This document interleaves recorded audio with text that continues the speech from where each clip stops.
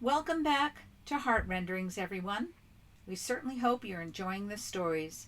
Please tell your friends. Today's prompt is Write about going underground, and she wrote a note. It was a cold winter morning, a very long time ago, during World War II. Jeanie lived in England and felt the pull of destiny on her shoulders. She had to do something. After all, she was 21, and it felt like a rite of passage of sorts to be in the world in a way that made a difference. It was wartime, and even though she witnessed so much already, that was really it, witnessing.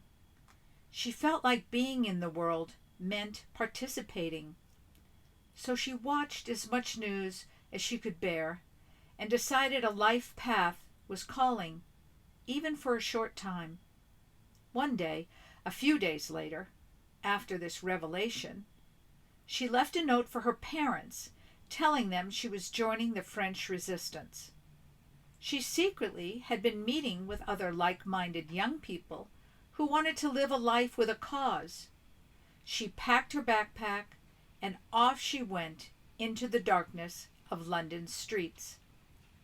She knew how to get to the underground, not just the subway in London, the real underground, the one that saved lives or tried or even sometimes died trying.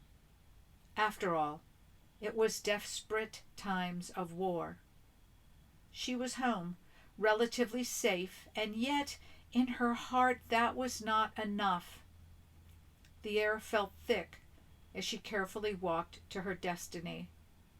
She was exhilarated, terrified, and determined to make a difference in the world, her world, and yes, maybe the world.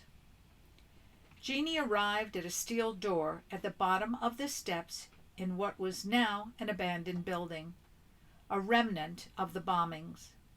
The basement was perfectly nondescript. She was welcomed along with others who were just arriving.